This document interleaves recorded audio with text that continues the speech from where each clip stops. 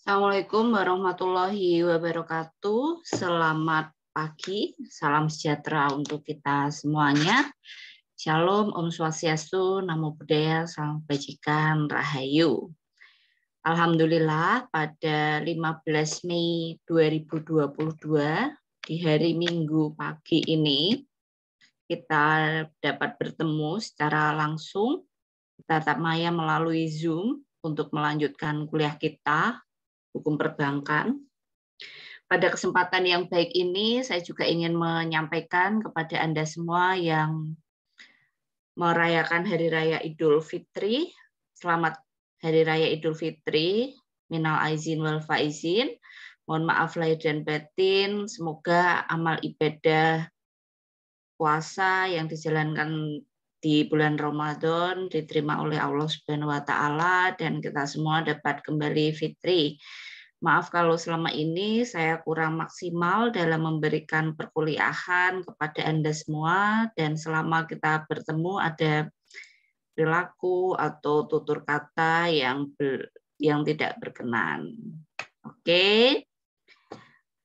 Ya, terakhir itu saya kuliah secara hibrid ya di Rombel pagi. Kalau saya tidak keliru, materinya itu terkait dengan pengantar hukum perbankan syariah, prinsip-prinsip, serta apa saja istilah-istilah dalam dunia perbankan syariah. Bagi Rombel siang, saya harapkan kalian menyimak kuliah saya dengan Rombel pagi, supaya nyambung.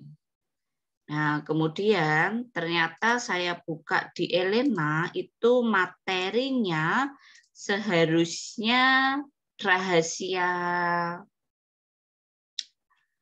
tentang tindak pidana perbankan dulu. Jadi, nah ini nih seharusnya tuh ini dulu, tapi mungkin saya terlewat jadi langsung ke syariah.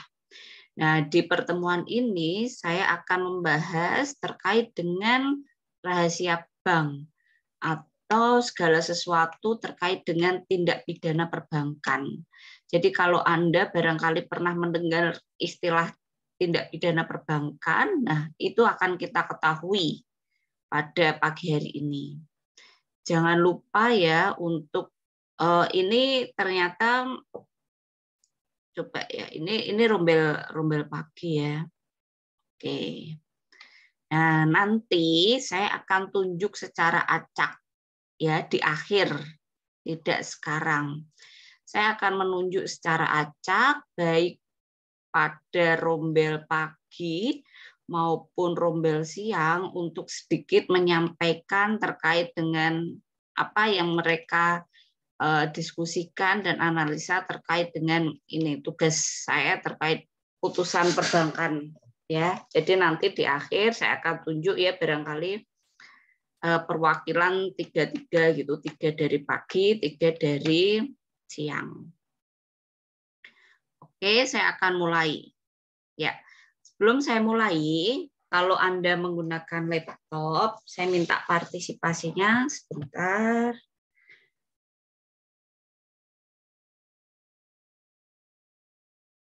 Sekarang di Zoom itu ada whiteboard yang semua mahasiswa itu bisa edit, berkolaborasi. Sebelum ada ini kan saya menggunakan Menti, menggunakan Jamboard yang pernah kita gunakan sebelum-sebelumnya. Tapi semenjak adanya ini itu kalian bisa tuh. Nah.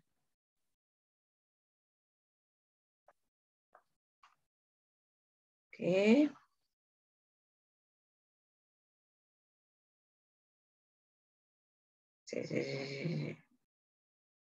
Menurut Anda tindakan seperti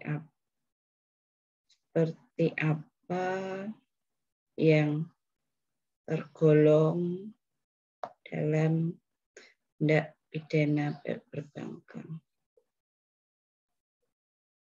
Oke. Saya menuliskan teks ya, jadi Anda bisa menjawab dengan teks juga. Silahkan bisa. Menurut Anda tindakan seperti apa yang dalam gambaran Anda saat ini ya, saat ini Anda tidak perlu baca dulu nggak apa-apa. Gambaran pengetahuan Anda saat ini itu yang termasuk tindak pidana perbankan atau pelanggaran dan kejahatan dalam dunia perbankan itu yang seperti apa? Coba dituliskan. Salah satu coba nulis di sini bisa enggak? Coba nulis apa aja dulu itu. Coba dicoba. Bisa atau enggak?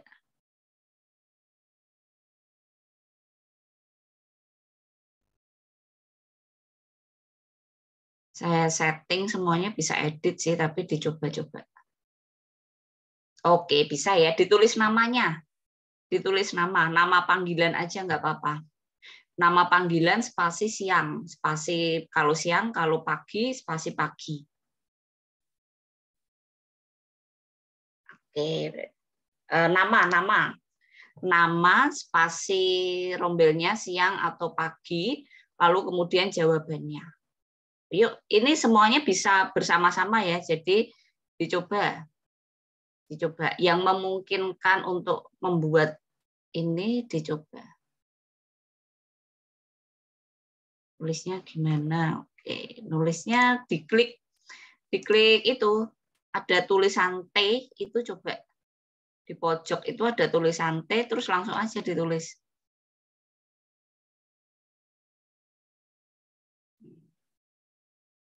Spasinya siang atau pagi aja, nggak usah kepanjangan juga nggak apa-apa. Oke, sambil kalian menuliskan di sini, saya juga akan tunjuk secara random untuk menyampaikan pendapatnya ya secara lisan. Oke, coba saya minta Mbak Risa Febriani.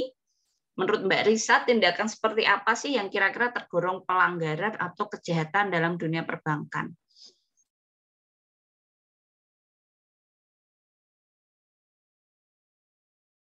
Mbak Risa Febriani? Ya Bu, halo. Ya, sudah terdengar, silakan. Ya, benar Bu. Tindakan yang tergolong. Menurut Mbak Risa, pengetahuan Mbak Risa sekarang ini saja. Kira-kira.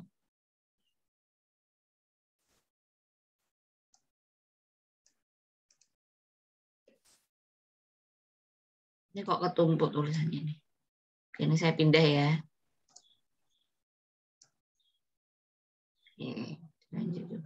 Gimana Mbak?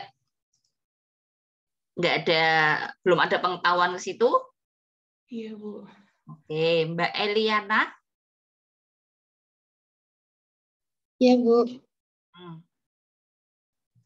Menurut Mbak Eli, kira-kira pelanggaran dan atau kejahatan di bidang perbankan itu seperti apa?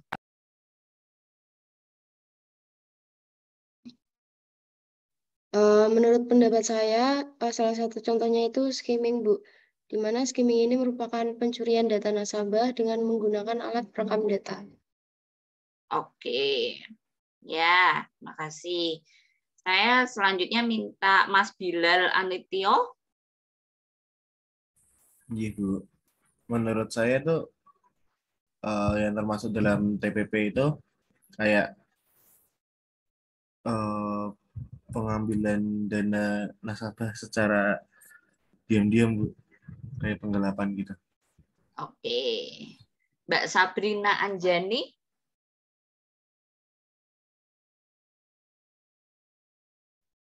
Iya, Bu. Pengetahuan awal saja saat ini. Kalau misalnya belum mengetahui juga nggak apa-apa dijawab. Menurut saya itu pelanggaran yang dilakukan oleh pihak bank yang dilanggar dalam peraturan undang-undang perbankan, Bu. Seperti apa? Contoh konkretnya kira-kira aja nih. Belum ada pengetahuan ke situ ya? Belum, Bu. Oke, Mas Muhammad Rizky. Iya, Bu. Mm-mm. Kalau menurut saya itu, kalau nggak salah dulu itu ada kasus penyalahgunaan data nasabah, Bu, di salah satu bank. Seperti itu yang saya tahu. Oke. Mbak Alfi Dian. Yang menurut saya seperti contohnya kayak pembobolan ATM gitu, Bu. Jadi pengambilan uang nasabah secara ilegal gitu. Oke, Mbak Audien. Menurut saya seperti pembobolan deposito nasabah dengan memalsukan tanda tangan nasabah itu sendiri. Ini yang belum nulis, ditulis ya. Caranya arahkan aja, klik aja kursor, terus nanti kan muncul kotak gitu. Kalian bisa perpanjang, bisa perlebar. Yang belum nulis, silahkan nulis. Yang bisa. Maksudnya, masa di antara sekian ini cuma 4 gitu. Mbak Eni Rahmawati, gimana kalau menurut Mbak Eni? Baik, Bu. Menurut saya seperti pembobolan dana nasabah. Oke. Mas Naufal, Maulana Naufal. Iya, Bu. Menurut saya yang termasuk dalam TPP itu ini, Bu. Misalnya membobol ATM bank gitu, Bu. Oke. Mbak Anissa Chandra. Kalau menurut saya seperti perpindahan dana, Bu, karena kan internal itu punya sistemnya, jadi bisa mindahin dana nasabah, begitu, Bu. Oke, Mbak Sania Rahma. Kalau menurut saya yang tergolong dalam tindak pidana perbankan itu seperti pembobolan bank dan perampokan di bank gitu, Bu. Oke, ya.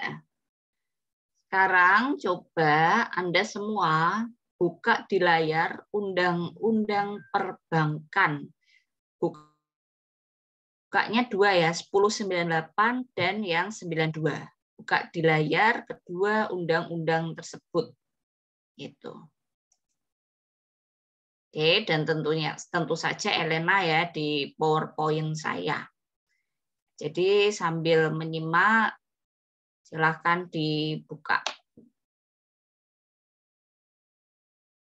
Di dalam Undang-Undang Perbankan, ya, di dalam Undang-Undang Perbankan, kalau dari yang saya simak tadi, beberapa hal yang kalian sharingkan, itu pelanggaran kita maknai, saya maknai dari jawaban-jawaban yang Anda berikan ya, kan jawaban-jawaban yang Anda berikan itu intinya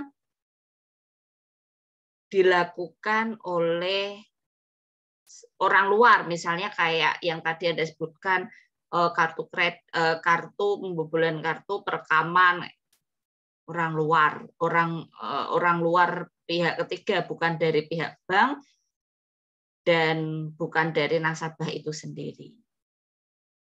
Padahal ketika kita melihat undang-undang perbankan yang nanti kita akan lebih bahas secara lebih dalam, itu para pihak yang terlibat, yang bekerja di industri perbankan itu tunduk terhadap peraturan-peraturan terkait dengan perbankan. Selain undang-undang, petunjuk, cara kerjanya yang diterbitkan oleh OJK.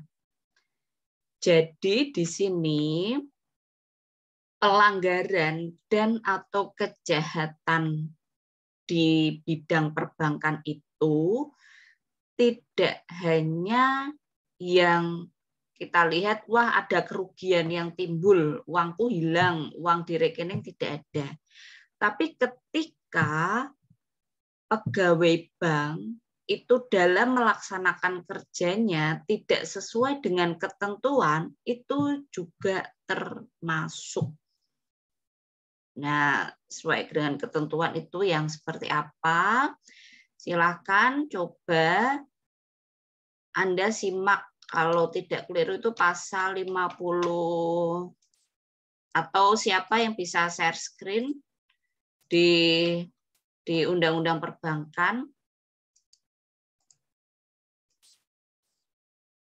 ada yang sudah buka Undang-Undang Perbankan yang 98, 1098 dan bisa share screen.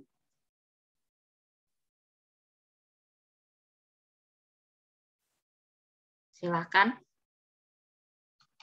Yang lagi pakai laptop bisa share screen. Yang on off cam, kalau ada kendala silakan live saja, tidak apa-apa ya. Peraturan saya terkait dengan kuliah tidak ada yang berubah. Yang buka laptop dan bisa share screen Undang-Undang 1098, siapa? Saya bisa, Bu. Ya, silakan. Mbak Samimi.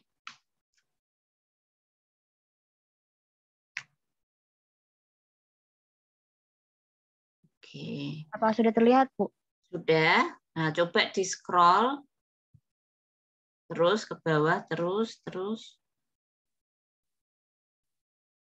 Sekitar 40-an, 50-an. Terus. Oke.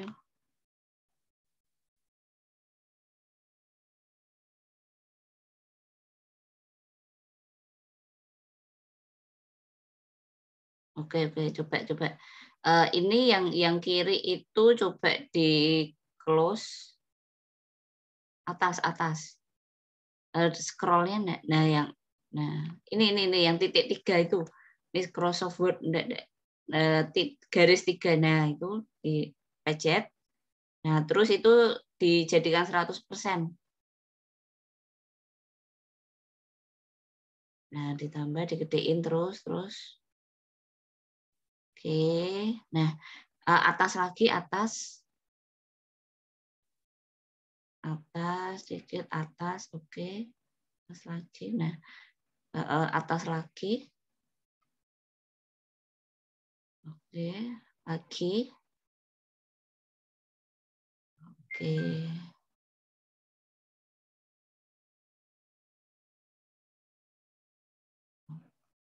turun.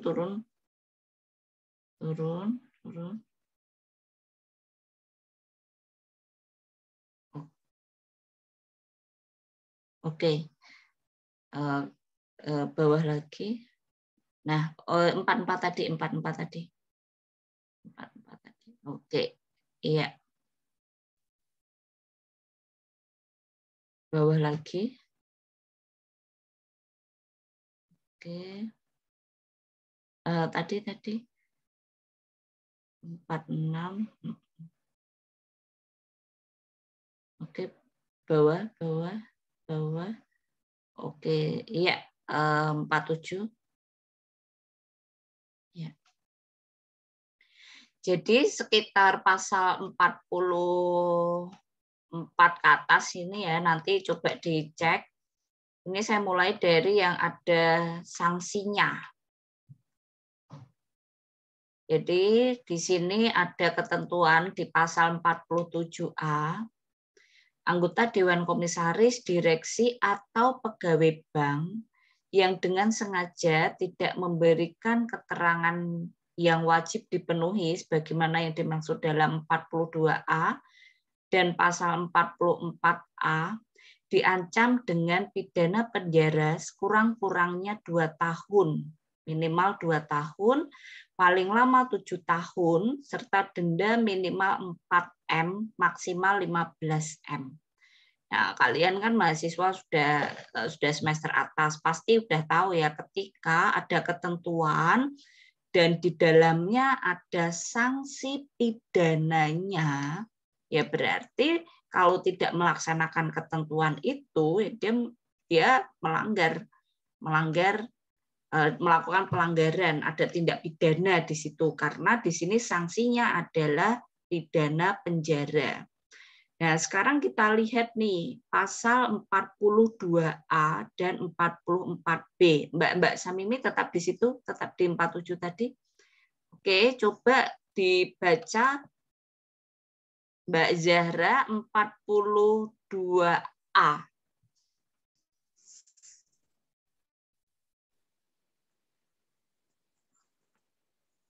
baca saja pasal 42A. Untuk kepentingan peradilan dalam perkara pidana. Pasal 42A, dimulai dari bacanya pasal 42A-nya ikut dibaca. Di sini adanya pasal 42 saja, Ibu.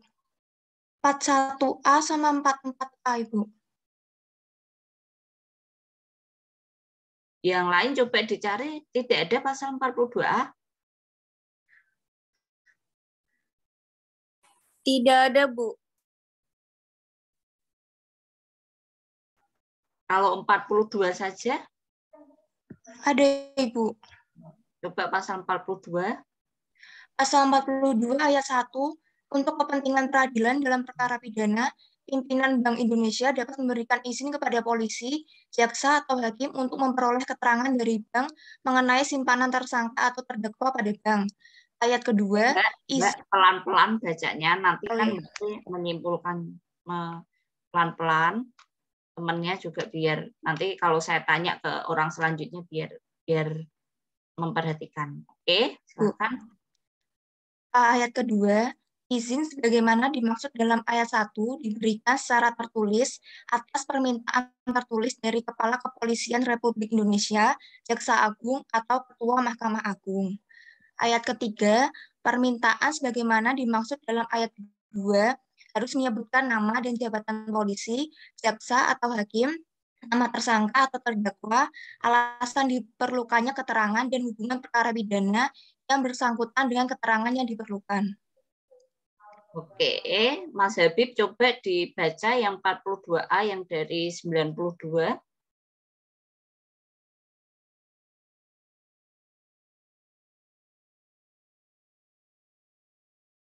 42A yang Undang-Undang 92 bisa dibaca. Baik. Pasal 42A, bank wajib memberikan keterangan sebagaimana dimaksud dalam pasal 41, pasal 41A dan pasal 42 itu. Oke. Berarti di sini jelas ya, sanksi minimal 2 tahun itu diberikan kepada anggota Dewan Direksi, anggota Dewan Komisaris, Direksi, dan atau pegawai bank yang tidak memberikan informasi terkait dengan jumlah simpanan tersangka. Bu, ini tersangkanya yang kayak gimana? Tersangka semua pelanggaran atau kejahatan yang disidangkan, yang diperiksa. Kalau penyidik atau kejaksaan memerlukan informasi terkait dengan jumlah simpanannya, nah itu bank wajib memberikan informasi tersebut. Oke. Kemudian lanjut 44A, Mas Rizkian bisa dibantu dibaca pasal 44A, lihat di Undang-Undang 98 dulu ada atau tidak. Kalau tidak ada, baca dua-duanya, 98 dan 92. Baik, Bu, untuk pasal 44A ada di 98. Pasal 44A ayat 1, atas permintaan, persetujuan, atau kuasa dari nasabah penyimpan yang dibuat secara tertulis, bank wajib memberikan keterangan mengenai simpan nasabah penyimpan pada bank yang bersangkutan kepada pihak yang ditunjuk oleh nasabah penyimpan tersebut. Pasal 44 ayat 2, dalam hal nasabah penyimpan telah meninggal dunia, ahli waris yang sah dari nasabah penyimpan yang bersangkutan berhak memperoleh keterangan mengenai simpanan nasabah penyimpan tersebut. Ya. Kalau tadi 42 informasi itu diminta oleh pihak yang berwajib terkait dengan perkara hukum yang menimpa seorang yang sudah dinyatakan tersangka atau terdakwa. Kemudian ketika yang 44A itu adalah ahli waris. Nah, tentu saja dibuktikan dengan surat keterangan waris. Dari sini kita dapat cermati, kalau saya menginterpretasikan informasi terkait dengan simpanan itu hanya boleh diketahui oleh yang punya rekening atau nasabah itu sendiri. Itu bakunya. Orang lain bisa mendapatkan informasi terkait dengan simpanan jika yang pertama itu berasal dari penegak hukum. Ditunjukkan dengan surat perintah ya, tadi ada di pasal 42. Dan ahli waris. Saya tidak perlu lagi menjelaskan ahli waris keberapa, Bu, tingkat 1, 2, 3, atau 4. Ya, kalau si tingkat satunya masih ada, si janda dan si anaknya, atau si duda dan si anaknya, ya beliau-beliau, mereka yang bisa mendapatkan akses ke simpanannya.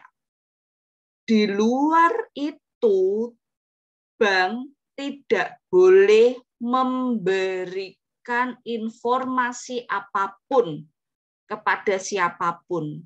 Jadi ketika misalnya Mbak Ulfatu ya, atau contoh yang nyata aja ya, Ghazali, mahasiswa Udinus yang mendapatkan dana sekian M. Di situ yang bisa mendapatkan informasi akses terkait dengan jumlah simpanannya ya adalah si Ghazali. Kalau Ghazali itu belum meninggal, namanya ahli waris itu kan ada ketika seseorang meninggal. Harus meninggal dulu ya. Kalau Ghazali belum meninggal, bahkan siapapun, orang tua, Pak D, Bude, adiknya itu nggak bisa mengakses. Jadi ketika misalnya Ghazali masih hidup, orang tua Ghazali datang ke bank, kemudian minta akses dan bertanya, simpanan nomor rekening sekian atas nama Ghazali itu berapa, dan pihak bank memberikan informasi tersebut, itu adalah pelanggaran pasal 47A. Ketika Ghazali mengetahui hal itu, dan dia tidak terima melakukan laporan, ya memenuhi itu, kena anggota dewan direksi atau pegawai bank ya, biasanya pegawai banknya.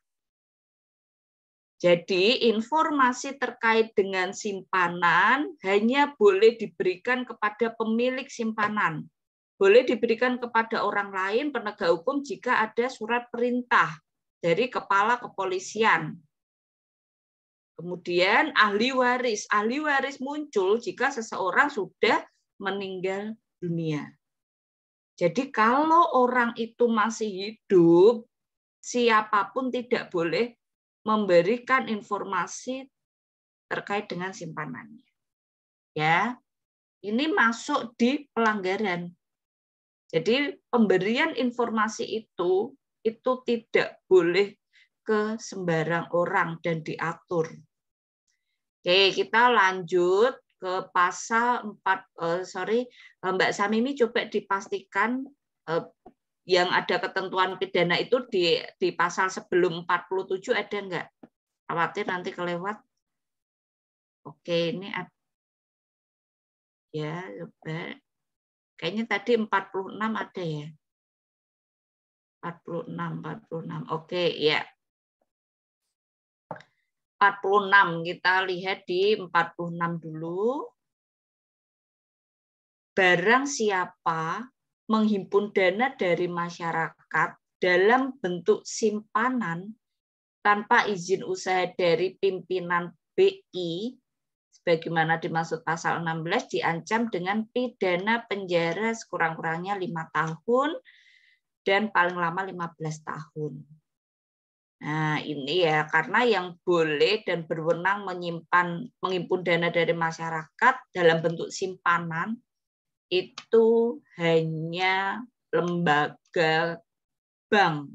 Non-bank saja tidak boleh. Kalau tidak ada, makanya dulu, saya kurang tahu kalian update apa enggak, tapi bisa dicatat nanti kalian cari tahu.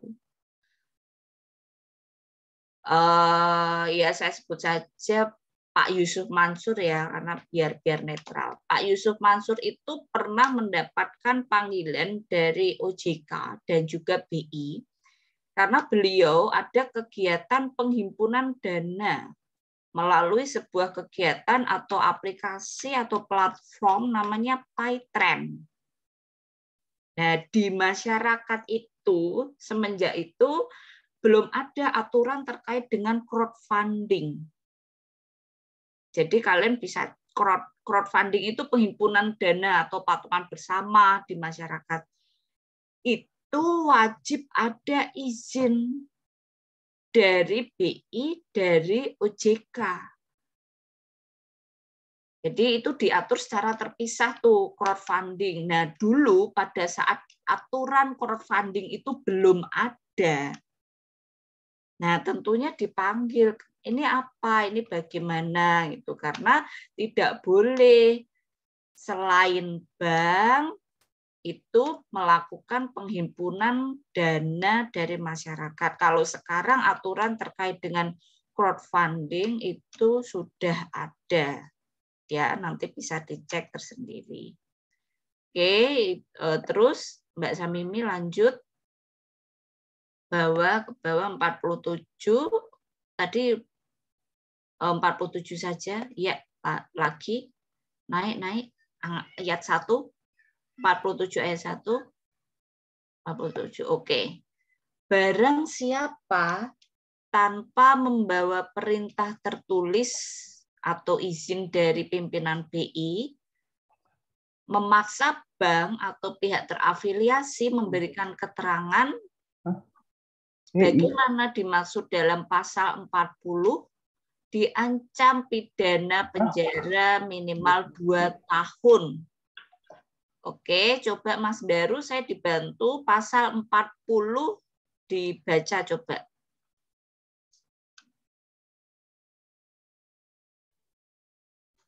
Pasal 40. Pasal 40 ayat 1, bank wajib merahasiakan keterangan mengenai nasabah, penyimpan, dan simpanannya, kecuali dalam hal sebagaimana dimaksud dalam pasal 41, pasal 41A, pasal 42, pasal 44, dan pasal 44A. Ayat 2, ketentuan sebagaimana dimaksud dalam ayat 1 berlaku pula bagi pihak terafiliasi. Oke ya, itu pasal 41 terkait dengan informasi. Tadi pasal 42 sudah kita lihat. Jadi di sini jelas ya, informasi tentang kerahasiaan itu betul-betul dijaga dan ada sanksi pidana serta dendanya. Jadi pihak bank harus betul-betul memastikan pemberian informasi tersebut kepada orang yang tepat sesuai dengan yang diatur di pasal 41, 41A, dan 42, serta 42A tadi. Oke, Mbak Samimi di-scroll ayat 2, dilihat. Nah, ayat 2, anggota Dewan Komisaris, direksi, pegawai bank, atau terafiliasi lainnya yang sengaja memberikan keterangan yang wajib dirahasiakan, diancam minimal 2 tahun dan denda minimal 4M. Ya, minimal pidana penjara tahunan itu bukan sesuatu yang ringan ya, berarti dianggap memang melakukan pelanggaran berat ini. Terus ya turun ke bawah 47A tadi sudah ya, 48.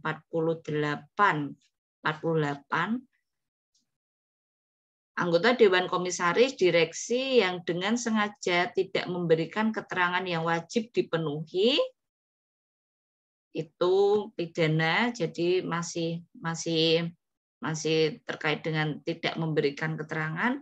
Yang ayat 2, anggota Dewan Komisaris, direksi, atau pegawai bank yang dengan lalai memberikan keterangan yang wajib dipenuhi. Ya, di sini ada kata-kata lalai. Saya nggak bahas lagi bagaimana pembuktian lalai ya, dengan kelalaian. Nah, ini juga pidana penjara sekurang 1 tahun. paling lama 2 tahun. Oke, terus lanjut. Oke, ya cukup. Bentar, naik lagi. Pasal 49-nya dikelihatan. Jadi dari pasal 48, 47, 46 tadi, itu ketiga pasal yang mengatur terkait dengan sanksi pidana yang diberikan kepada anggota Dewan Direksi, anggota Dewan Komisaris, direksi atau pegawai bank. Jadi ketika pihak-pihak tersebut tidak memberikan informasi atau lalai memberikan informasi, dapat dijatuhi pidana. Itu sanksi yang diberikan kepada pegawai banknya terkait pemberian informasi. Nah, sekarang kita lihat di pasal 49. Anggota Dewan Komisaris, direksi, atau pegawai bank yang dengan sengaja A. membuat atau menyebabkan adanya pencatatan palsu dalam pembukuan atau dalam proses laporan maupun dalam dokumen atau laporan kegiatan usaha, transaksi atau rekening suatu bank. Jadi di sini kalau tadi kalian mengenal TPP itu yang melibatkan ke nasabah, di sini kita ketahui bahwa operasional bank yang dilakukan oleh organ bank para pihak ini, ketika catatan pembukuannya itu palsu, laporan transaksi itu juga termasuk ada sanksinya. Kenapa? Karena semenjak adanya OJK, OJK itu melakukan pengawasan ya. OJK itu mengatur, melindungi, dan juga melakukan pengawasan. OJK melakukan pemeriksaan pengawasan secara berkala kepada lembaga keuangan, baik yang bank maupun non-bank. Jadi OJK akan berkala sidak ke lembaga-lembaga tersebut dan melakukan pemeriksaan terhadap pembukuan serta laporannya, dokumen-dokumennya. Oke, kita lanjut ke B. Mas Ahmad Mazidan, coba dibaca yang B.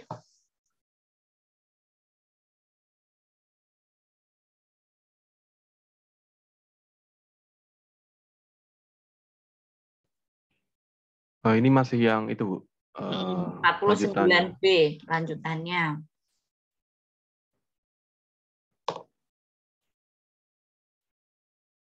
Ini loh yang di layar itu loh. Simak. Oh. Ya. Yang B, menghilangkan atau tidak memasukkan atau menyebabkan tidak dilakukannya pencatatan dalam pembukuan atau dalam laporan, maupun dalam dokumen atau laporan kegiatan usaha, laporan transaksi atau rekening suatu bank.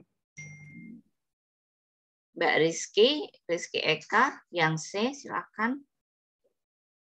C. Mengubah, mengaburkan, menyembunyikan, menghapus, atau menghilangkan adanya suatu pencatatan dalam pembukuan atau dalam laporan, maupun dalam dokumen atau laporan kegiatan usaha, laporan transaksi atau rekening suatu bank, atau dengan sengaja mengubah, mengaburkan, menghilangkan, menyembunyikan, atau merusak catatan pembukuan tersebut, diancam dengan pidana penjara sekurang-kurangnya 5 tahun dan paling lama 15 tahun, serta denda sekurang-kurangnya 10 miliar rupiah dan paling banyak 200 miliar rupiah.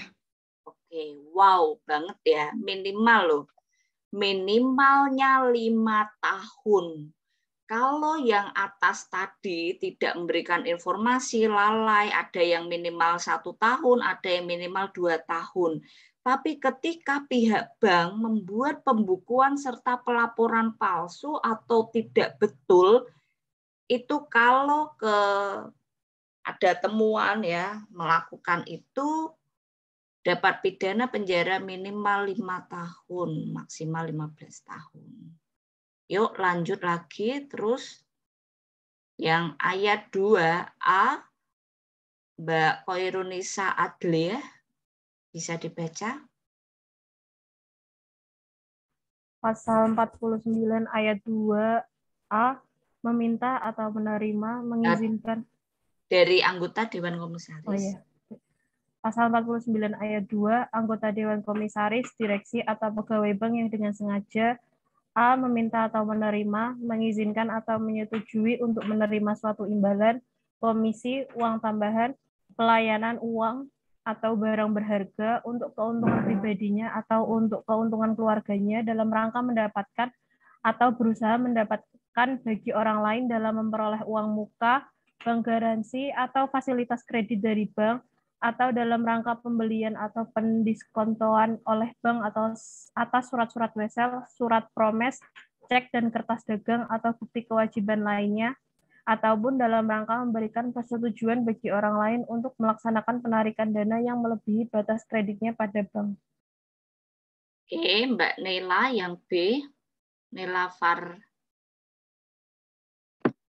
Yang B, tidak melaksanakan langkah-langkah yang diperlukan untuk memastikan ketaatan bank terhadap ketentuan dalam undang-undang ini dan ketentuan peraturan perundang-undangan lainnya yang berlaku bagi bank.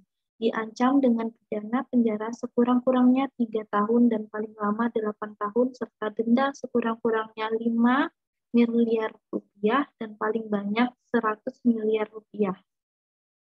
Menerima imbalan dan tidak melaksanakan langkah-langkah yang diperlukan untuk memastikan ketaatan bank. Nah, tahu nggak sih pernah ada kasus viral juga, ada nasabah yang merasa tersinggung ketika ditanyai, Masnya ada pulsa untuk pengaktifan m-banking atau yang lainnya. Terus dia merasa tersinggung dan marah, kok aku ditanyain pulsa sih padahal aku lagi pakai iPhone terbaru gitu. Padahal ketika bank melaksanakan hal-hal tersebut itu memang harus dilaksanakan. SOP-nya itu demikian. Ditanyakan dulu ada pulsanya atau tidak. Oh, ini nanti misalnya ya, ketika kalian itu melakukan pembukaan rekening di bank, pasti akan ditanya, ini pembukaan rekeningnya itu untuk apa?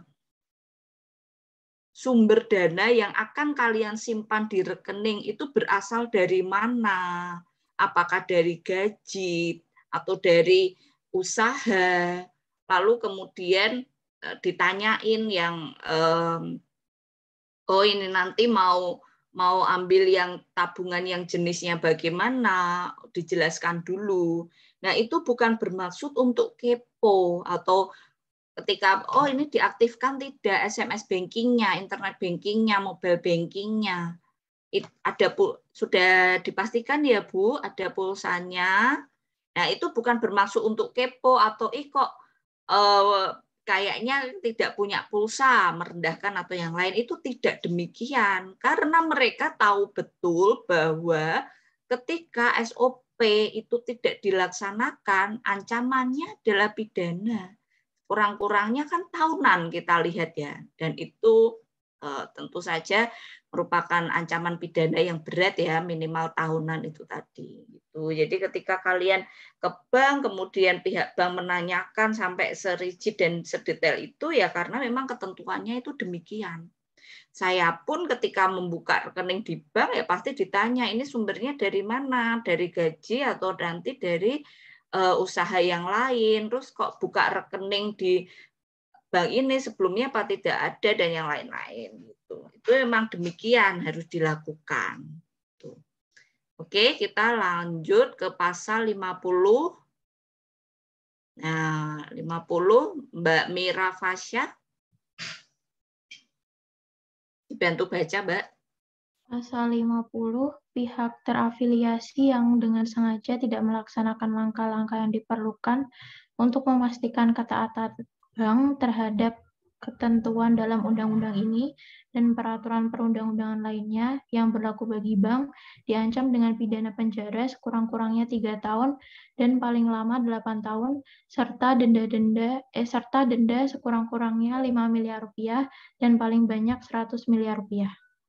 Oke, kalau tadi jelas itu untuk anggota Dewan Komisaris, direksi, dan pegawai bank atau pegawai bank. Nah, ini pihak terafiliasi ya, pihak terafiliasi dengan bank tersebut ya, mitra, kan mereka juga punya ya. Oke, lanjut ke 50A, Mbak Eka Bisa dibantu baca 50A. Pasal 50A, pemegang saham yang dengan sengaja menyuruh Dewan Komisaris, direksi, atau pegawai bank untuk melakukan atau tidak melakukan tindakan yang mengakibatkan bank tidak melaksanakan langkah-langkah yang diperlukan untuk memastikan ketaatan bank terhadap ketentuan dalam undang-undang ini dan ketentuan peraturan perundang-undangan lainnya yang berlaku bagi bank diancam dengan pidana penjara sekurang-kurangnya 7 tahun dan paling lama 15 tahun serta denda sekurang-kurangnya 10 miliar rupiah dan paling banyak 200 miliar rupiah. Nah, dari pasal-pasal yang tadi kita kaji bersama, tuntutan minimal atau ancaman minimal 7 tahun kalian baru ketemukan di pasal 50A ya. Minimalnya itu 7 tahun. Nah, ini dilihat nih di sini, pemegang saham yang dengan sengaja menyuruh. Kalau kalian ikuti ya bank yang IPO, sebenarnya ini pemegang saham itu bisa dari bank yang tertutup maupun bank yang terbuka ya. Jadi pemilik itu kan memiliki persentase berapa persen jumlah saham yang dia miliki. Ini tidak hanya diartikan untuk bank yang IPO atau yang terbuka, tapi bank yang tertutup itu juga. Jadi pendiri itu kan ada banyak. Bank itu modal dasarnya saja triliunan ya, kita sudah pelajari 13T kalau saya nggak keliru. Nggak mungkin toh itu sumbernya dari satu orang. Ada banyak, lalu kemudian pasti ada persentase kepemilikan ya, berapa persen. Jadi kalian kalau lihat di pasal 50A itu bacanya pemegang saham ini tidak hanya untuk bank yang terbuka, tapi bank yang tertutup juga. Nah, salah satu saham teraktif atau yang banyak peminatnya di Indonesia itu adalah punyanya BCA. Kalian bisa lihat di webnya IDX ya, di situ kan pasti ada lembaga-lembaga emiten ya kalau nyebutnya di pasar modal, emiten yang sahamnya itu bagus. Nah, di sini itu salah satunya itu bank, sahamnya bank. BCA, BRI. Jadi di sini ketika pemegang saham, baik itu yang berasal dari bank terbuka maupun bank tertutup, kemudian terbukti ya dengan sengaja menyuruh untuk melakukan atau tidak melakukan tindakan, ada instruksi, selubung, permufakatan jahat, konspirasi, seperti itu bentuknya, ketika terbukti minimal 7 tahun. Oke, jadi di sini sangat, kalau saya lihatnya ya sangat luar biasa ya, detail dan juga kenapa kok sampai seperti ini ya, karena kita udah tahu ya bagaimana dampak ketika suatu bank itu gagal bayar, bangkrut, dampaknya terhadap perekonomian negara ya itu luar biasa. Jadi memang sanksinya seperti ini, minimalnya tahunan semuanya. Lanjut. Oke, pasal 51 tindak pidana sebagaimana yang dimaksud dalam pasal 46 sampai dengan 50A adalah kejahatan. Ya, jadi di sini tindak pidananya masuk dalam kategori kejahatan perbankan. Oke, kita ke pasal 42. Ini kalau dilihat 52 dengan tidak mengurangi ketentuan pidana, BI dapat menetapkan sanksi administratif ya, tidak dikurangi, pidananya tetap dapat, BI tetap bisa itu melakukan pencabutan izin usaha banknya. Kemudian di sini ada sanksi administratif ya, ada denda uang, teguran tertulis, penurunan tingkat kesehatan bank. Lanjut. Oke. Di scroll terus. Nah, ini pasal 55. Oke, sepertinya sudah ya kayak ketentuan pidananya ya pasal 46 sampai 50A tadi. Tapi coba dipastikan dulu, di scroll lagi Mbak. Ini kayaknya sudah ya. Ya, terima kasih. Itu tadi ya kejahatan terkait dengan pelanggaran bank. Nah, lalu pertanyaan menarik berikutnya, yang kalian ketahui tadi, skimming, lalu kemudian kalau ada pembobolan, sering lihat ada kasus pegawai bank memindahkan dana dari misalnya rekening saya, kemudian dipindahkan oleh pegawai bank ke rekening milik dia, milik pegawai bank tersebut. Nah, itu masuknya tuh ke mana? Pelanggaran kejahatan dari pasal yang mana? Saya stop dulu. Nah, silahkan kalian lihat ya di sini nih. Saya juga melampirkan ada PBI tahun 2000 dan juga POJK tahun 2015.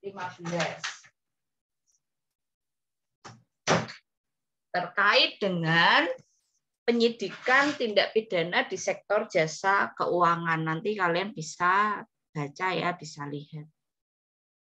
Bisa dipelajari.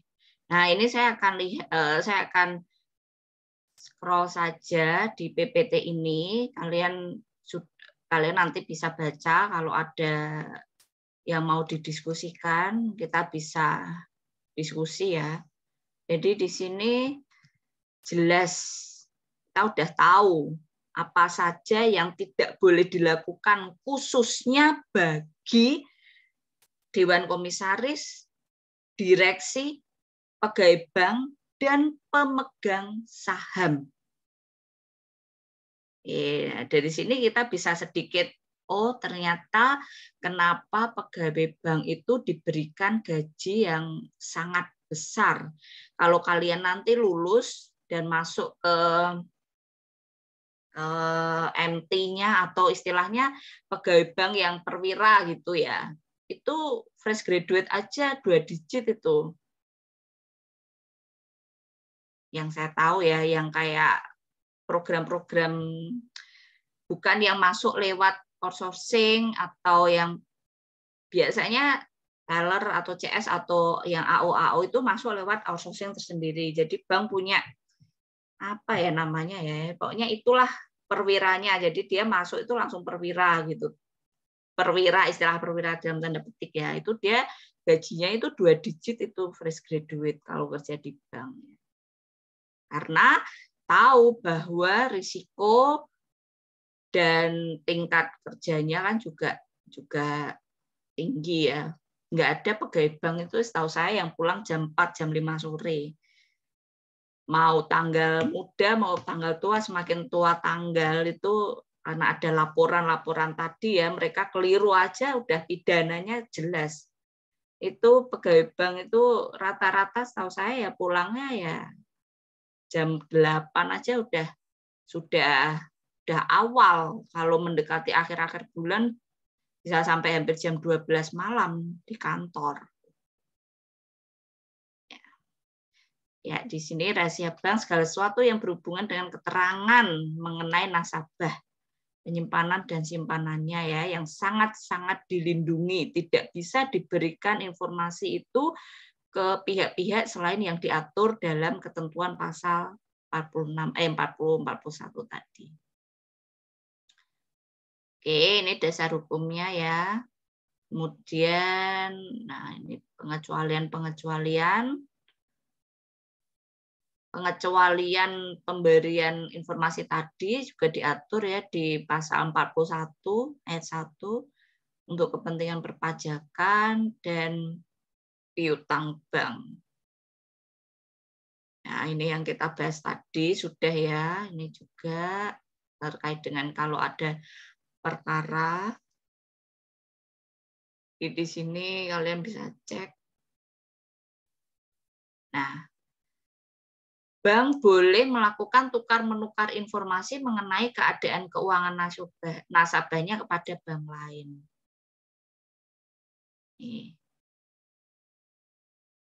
Nih, pasal 44 ayat 1. Kalian bisa lihat di pasal 44 ayat 1. Kenapa ini kok 792 itu juga masih berlaku? Kalau kalian lihat di 1098 itu pasal 44 ayat 1-nya itu tidak ada perubahan, ya berarti kan kita masih melihat ke Undang-Undang 92. Tukar menukar informasi ini untuk mencegah kredit rangkap serta mengetahui risiko keadaan, atau biasanya bank itu langkah ini dapat dilakukan dengan cara simpel, yaitu melakukan BI checking. Tahu nggak kalian kalau pay letter yang ada dimanapun ya, misalnya saya boleh menyebut lembaga di sini, misalnya di Shopee, di Gojek, di Tokopedia, ataupun di lembaga-lembaga lain, itu kan banyak sekali pay letter, dan kalian bisa akses itu, mendapatkan fasilitas tersebut. Itu rekam kalian itu tercatat di Bank Indonesia. Jadi ketika kalian itu melakukan pembayarannya tidak baik, melakukan prestasinya tidak baik, itu terekam. Jadi kalau kalian sudah menggunakan pay letter yang e-commerce maupun yang tidak e-commerce, itu perhatikan betul rekamnya. Karena ketika kalian besok memerlukan kredit untuk yang kebutuhan yang lebih besar lagi, kalau pay letter itu tidak terekam dengan baik, historis kalian, itu bisa berdampak ke analisa kredit kalian. Itu 5C kalian itu kan harus baik ya. Nah, kalau salah satunya itu tidak baik kan kita bisa terimbas. Jadi saya di sini tidak melarang penggunaan itu, karena kan sesuaikan saja dengan kebutuhan. Jadi pastikan kalian baik dan lancar. Kalau merasa tidak perlu, ya tidak usah digunakan. Karena itu nanti terekam di BI, masuk ke BI ya, pay letter itu.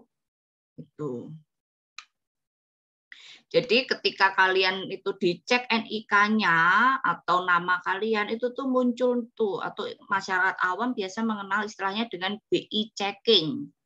Jadi pay letter itu sekali lagi masuk ke BI checking kalian.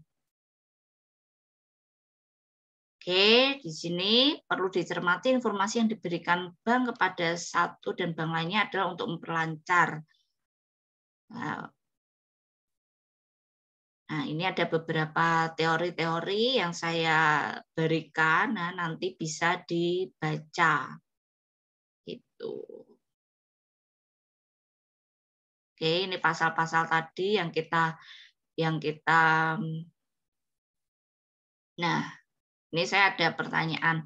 Hutang di bank lalu tidak, mungkin maksud saya tidak menjalankan prestasinya dengan baik ya, itu apakah bisa dipidana?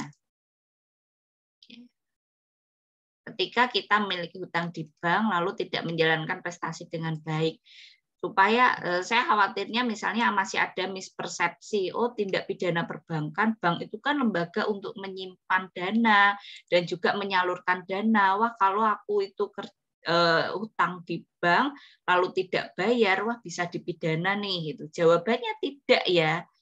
Jadi tindak pidana perbankan tadi ya yang kita simak pasal 46 sampai 50A tadi. Jadi ketika orang tidak melakukan bahan prestasinya, debitur tidak melakukan bahan prestasinya, itu tidak ada sanksi pidananya. Kecuali misalnya memang ada pelanggaran tindak pidana yang sifatnya personal yang dia lakukan ya. Ada yang nagih ke rumah kemudian dilempar pakai asbak, dia terluka, kan itu masuk ke penganiayaan gitu. Intinya seperti itu. Tapi kalau kita masuk ke koridor, oh dia terlambat bayar hutang dan bisa dipidanakan, itu enggak ada. Itu. terkait dengan ketentuan kejahatan perbankan yang masuk dalam tindak pidana perbankan, ada yang ingin di-sharingkan atau ditanyakan, didiskusikan? Kalau ada, silakan. Oke, kalau tidak ada, seperti yang saya sampaikan tadi, saya akan minta tunjuk 3 kelompok dari setiap rombel. Kalau waktunya cukup, nanti mungkin 4 kelompok dari setiap rombel.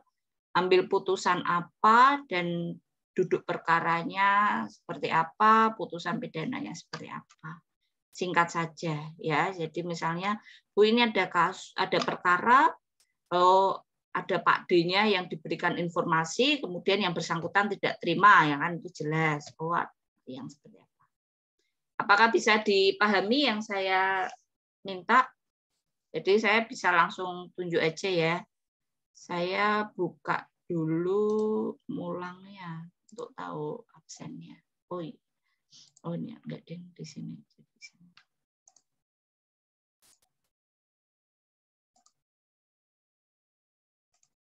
Oke, saya akan melakukan presensi ya pada pagi hari ini. Jadi, saya akan panggil untuk yang pagi dulu.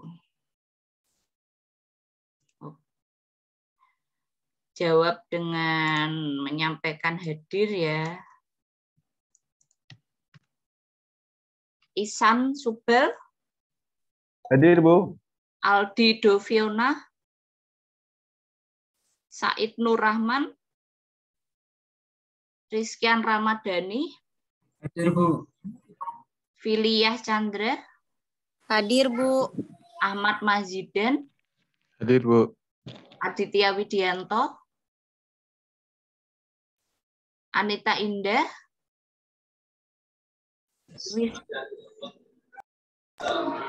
Hadir, Bu. Ini yang baru menjawab, namanya siapa? Wisnu Sulistiono. Oke, Wisnu. Sania Rahma. Hadir, Bu. Hafiz Dia. Audian Tertia. Hadir, Bu. Adam Firdaus. Sorry. Sampai mana tadi yang jawab hadir terakhir itu yang perempuan namanya Hafiz Dia? Audian Tertia. Oke.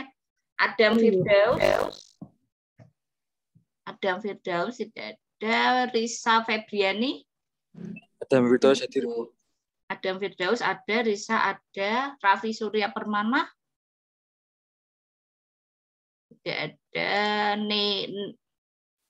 Neila Farhataini. Hadir, Bu. Fatin Atika. Hadir, Bu.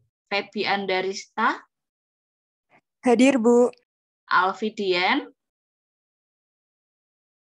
Tidak ada. Mira Fasya. Hadir, Bu. Muhammad Iqbal. Tidak ada. Anissa Suci. Hadir, Bu. Adi Prasetyo. Hadir, Bu. Ardi Sirajuddin. Hadir, Bu. Daru Prasetyo. Hadir, Bu. Dila Rolansa. Hadir, Bu. Yulia Fajar. Ihsan Nur. Hadir, Bu. Monika Dita. Dada Ardiansyah. Hadir, Bu.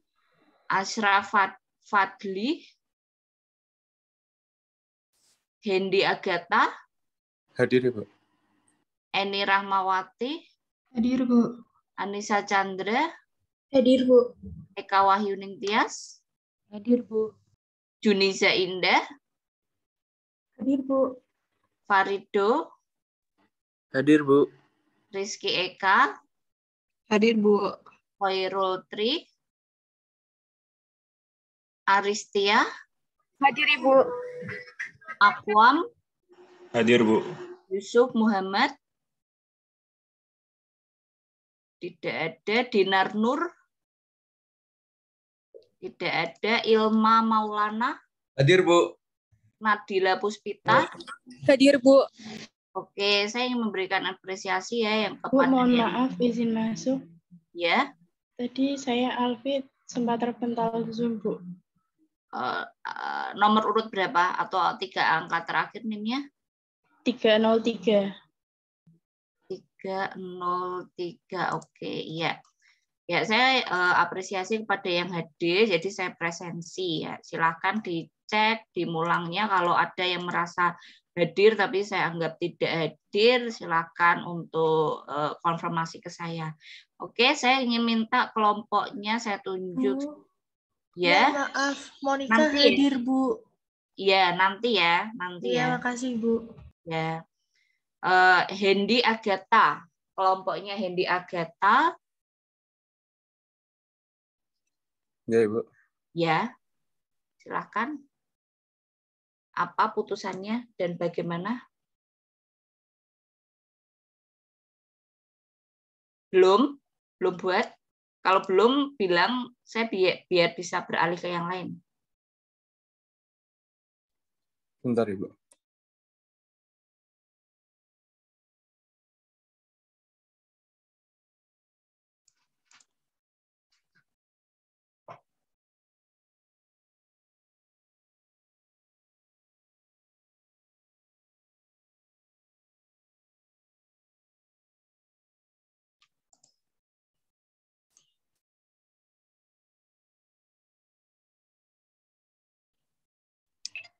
Belum, Ibu. Di laptop waktu itu, Bu.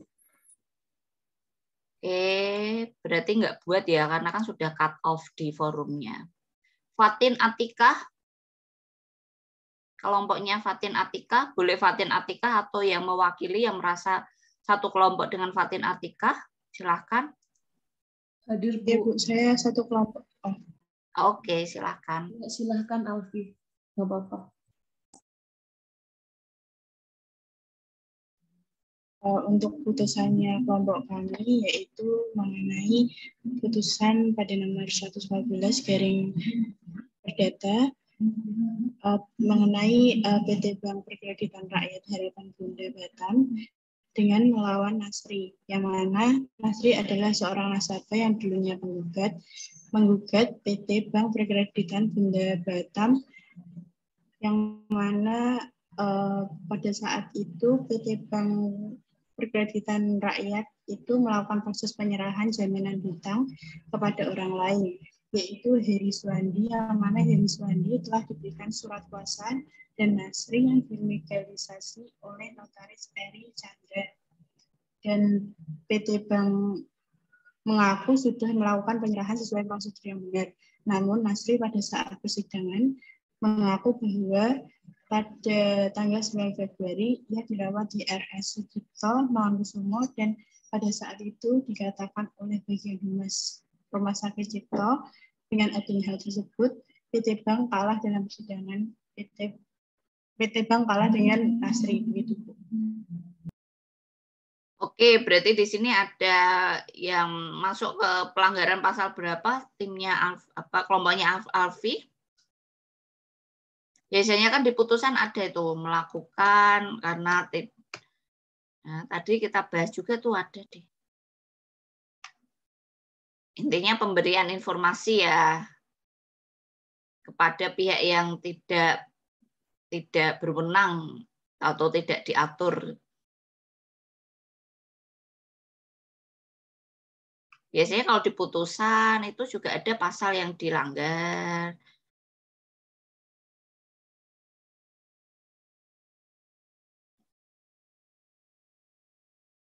Kelompoknya Alfi. Oke, udah nggak apa-apa. Saya ke kelompoknya Yulia Fajar. Anggota atau kelompok atau Mbak Julia Fajar boleh, silakan. Mungkin saya boleh mewakili, Bu. Ya, silakan. Ya.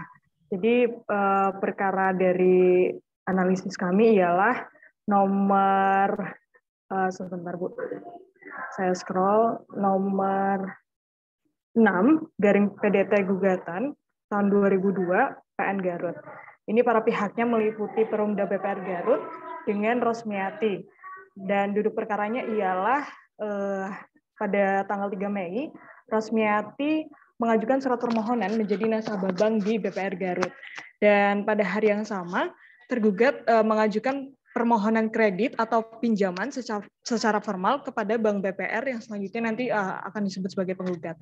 Kemudian berdasarkan ketentuan pasal 13 Undang-Undang Nomor 7 Tahun 92 tentang perbankan, bahwa kita ketahui salah satu kegiatan usaha dari BPR ialah memberikan kredit. Oleh karenanya penggugat kemudian memberikan persetujuan terkait permohonan kredit tersebut. Dan sebagai tindak lanjutnya, maka dibuatkanlah surat perjanjian pada tanggal 16 Mei 2019.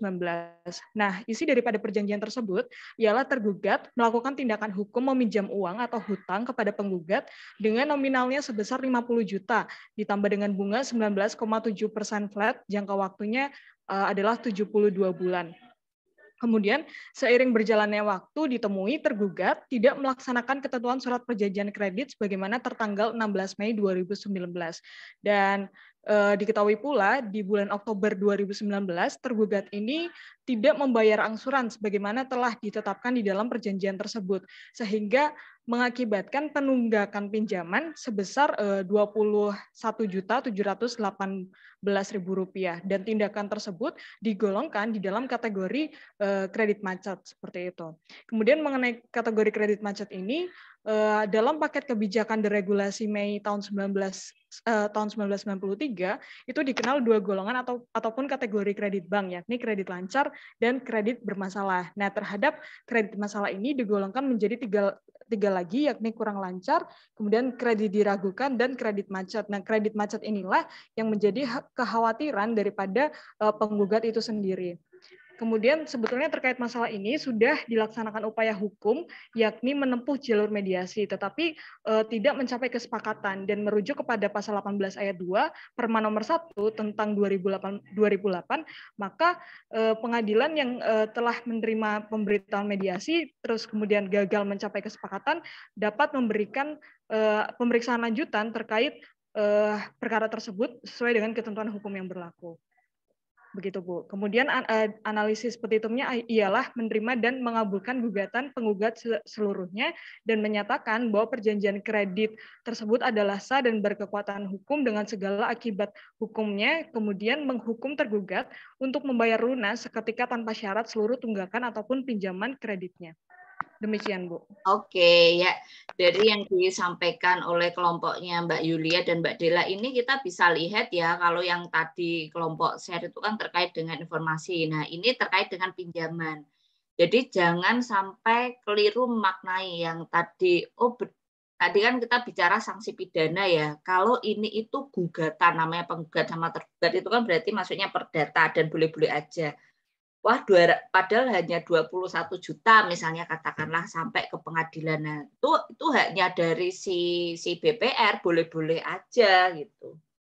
Jadi tidak ada batasan minimal harus yang digugat itu utang yang ratusan juta atau utang yang lebih tinggi lagi. Jadi kalau kalian saya sekali lagi ingin saya sampaikan karena sharing sedikit ya, saya ketemu dengan mahasiswa saya ya, mahasiswa FH.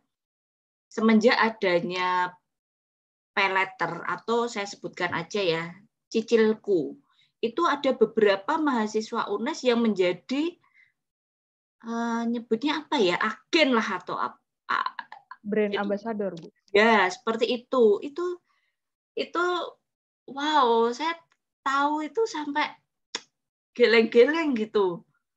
Dan ada sekarang ini dia belum lulus sih angkatan 2016, tapi saya belum cari tahu lagi gitu. Katanya dia terjerat sampai banyak sekali. Saya juga heran kok bisa seorang mahasiswa kok bisa dapat plafon yang setinggi itu. Saya juga heran gimana mekanisme si cicilku itu. Jadi kalian hati-hati sekali ya, saya dalam kesempatan ini baik itu paylater ataupun yang lainnya ya, kalian belum bekerja. Jadi jangan sampai melakukan hal-hal yang kalian sesali nantinya, apalagi nanti sampai merepotkan orang tua karena kan kalian masih dalam ya pengawasan orang tua lah gitu. Walaupun Bu saya sudah 21 tahun menurut misalnya ada yang sudah 21 tahun yang mahasiswa saya itu dapat melakukan perjanjian secara perdata saya sudah dewasa, atau kalian kalau di pay letter itu kan yang penting punya KTP, kalian punya KTP dan sudah bisa, itu betul-betul hati-hati karena masuk ke BI checking jangan sampai nanti kalian rugi, dan kalau kalian itu tidak melakukan prestasi dengan baik ya bisa dilakukan gugatan perdata. Itu. Oke, selanjutnya kelompok yang ketiga saya minta kelompoknya Mas Ardi Sirajudin. Ya, Ibu. Jadi saya kelompok sama Ashraf Fadli mengambil putusan nomor 226 PDTG 2019 Pengadilan Negeri Denpasar. Di sini pada April pada tahun 2007 penggugat menjadi nasabah di Bank Mandiri KCP Kutaraya. Kemudian pada bulan Juli penggugat datang ke Bank KCP Kutaraya untuk melakukan penyimpanan dan penyewaan berangkas atau safety box atas dasar kepercayaan yang isinya berupa sertifikat tanah, akta jual beli, surat kuasa jual beli tanah, surat pengikatan jual beli tanah, kwitansi tanda terima pembayaran fee notaris, kwitansi jual beli, uang tunai, dan lain-lain. Kemudian pada akhir September 2012 penggugat kembali ke Bali untuk kemudian hendak mengambil isi berangkas di Bank Mandiri KCP Kutaraya, akan tetapi tidak bisa dibuka dikarenakan kunci berangkas sudah diganti. Atas kejadian tersebut penggugat mengalami kerugian material karena isinya ya ini aset-aset yang berharga selama bekerja dan tinggal di Bali. Pihak tergugat telah sangat lalai dalam menjalankan kewajibannya sebagai pihak yang diberikan kepercayaan untuk menjaga dan menyimpan berkas dan aset bagaimana yang diberikan kepercayaan untuk menjaga milik penggugat. Dalam pengambilan isi berangkas penggugat berdasarkan surat laporan kehilangan atas nama Agus Wiryono Widianto, padahal nama penggugat sebenarnya adalah Agus Wiryono Mediantono. Di sini pihak bank terlihat sekali bahwa tidak mencocokkan dengan jelas data penggugat bahwa pembukaan berangkas itu dilakukan pada hari yang sama, yaitu Senin 16 Juni 2008. Hanya selang 45 menit saja, sehingga jelas sekali terlihat bahwa pihak tergugat sangat tidak teliti dan terlalu gegabah dalam proses pembongkaran safety box milik penggugat. Di sini tergugat telah melanggar prinsip perbankan bagaimana yang termuat dalam Undang-Undang RI nomor 7 tahun 92. Iya, Mas Ardi, kurang lebih saya sudah bisa menangkap duduk perkaranya. Kemudian petitupnya gimana putusannya? Di sini hakim memutuskan untuk mengabulkan gugatan penggugat untuk sebagian karena perbuatan tergugat telah dapat dikategorikan lalai dan melanggar prinsip-prinsip perbankan dalam menjalankan tugasnya. Gitu, Ibu. Oke ya, jadi di sini kita bisa lihat ya, kalau kalau saya nggak keliru tadi yang dan informasi ya, dicek aja 46 sampai 50A tadi ya. Itu jadi safety box atau deposit box itu salah satu produk yang diberikan oleh perbankan ya kepada nasabahnya. Jadi kalian bisa menyimpan dokumen maupun menyimpan apapun, ijazah itu apapun tuh bisa. Jadi ada biaya sewa yang dibebankan. Kita setahun bayar sekian untuk penggunaan deposit box tersebut. Nah, di sini nasabah melakukan gugatan karena ada orang lain yang dapat mengakses. Nah, itu juga nggak boleh. Jadi langkah-langkah tersebut tidak betul ya tadi ketika kita tidak melaksanakan langkah-langkah sesuai dengan yang sudah ditentukan. Oke, itu termasuk dalam kejahatan juga yang disampaikan oleh Mas Ardi. Lanjut, saya minta satu kelompok terakhir dari kelompoknya Eka Wahyuning Tias. Anggota atau kelompoknya Eka Wahyuning Tias dari Rombel Pagi, silahkan. Baik Ibu. Ya. Kelompok kami mengambil putusan nomor 5 PDG-S tahun 2020 di Pengadilan Negeri Muara Bulian dengan para pihak. Dari pihak penggugat itu PT Bank Rakyat Indonesia Persero, TBK Kantor Cabang Muara yang diwakili oleh Wilson Rahmatullah, pimpinan cabang PT Bank Rakyat Indonesia, dan dari pihak tergugat Kardi sebagai pihak tergugat 1 dan Murtini sebagai pihak tergugat 2, yang mana pada pokoknya para tergugat telah melakukan non-prestasi karena tidak melaksanakan ketentuan pasal 2 surat pengakuan hutang tertanggal 23 Desember tahun 2016 dan pelanggaran yang dilakukan oleh para tergugat atas pasal tersebut adalah tidak membayar angsuran pinjaman secara tepat waktu sejak pencairan kredit sehingga menjadi kredit macet, yang mana penggugat mengalami kerugian dengan total sebesar Rp72.516.260. Penggugat telah berupaya untuk melakukan penagihan kepada para tergugat secara rutin dengan langsung mendatangi kediaman para tergugat sesuai laporan kunjungan nasabah maupun memberikan surat penagihan atau surat peringatan kepada para tergugat. Sehingga dari putusan tersebut, hakim memutuskan untuk mengabulkan gugatan penggugat untuk sebagian, menyatakan demi hukum perbuatan tergugat 1 dan tergugat 2 adalah non-prestasi kepada penggugat, menghukum tergugat 1 dan tergugat 2 untuk membayar lunas seketika tanpa syarat seluruh sisa pinjaman atau kreditnya, pokok ditambah bunga kepada penggugat sebesar Rp72.516.260 apabila tergugat 1 dan tergugat 2 tidak melunasi seluruh sisa pinjaman atau kreditnya secara sukarela kepada penggugat, maka terhadap agunan dengan bukti kepemilikan surat hak milik atau SHM atas nama Kardi tertanggal 27 April tahun 2015 yang dijaminkan kepada penggugat dilelang dengan perantara Kantor Pelayanan Kekayaan Negara dan Lelang atau KPKNL Jambi, dan hasil penjualan lelang tersebut digunakan untuk pelunasan pembayaran pinjaman atau kredit tergugat 1 dan tergugat 2 kepada penggugat, menghukum tergugat 1 dan tergugat 2 membayar biaya timbul dalam perkara ini secara tanggung renteng sebesar Rp386.000 dan menolak gugatan penggugat selain dan selebihnya. Begitu, Oke, ya ini sama ya, terkait dengan hutang piutang juga gugatan perdata. Oke, terima kasih kepada Rombel Pagi. Untuk kuliah Rombel Pagi saya cukupkan, Mulang sudah saya input dan bisa divalidasi ya. Kalau ada yang merasa hadir dan saya anggap tidak hadir, nanti bisa japri saya konfirmasi. Kalian disilahkan, sudah boleh meninggalkan Zoom. Untuk selanjutnya saya akan presensi untuk Rombel Siang. Silakan menjawab dengan menyebutkan hadir. Abdillah Hamid tidak ada. Evi Andila hadir Ibu. Maulana Naufal hadir Ibu. Zahra Mauludina hadir Ibu. Narendra hadir Bu. Eliana hadir Bu. Muhammad Rian hadir Bu.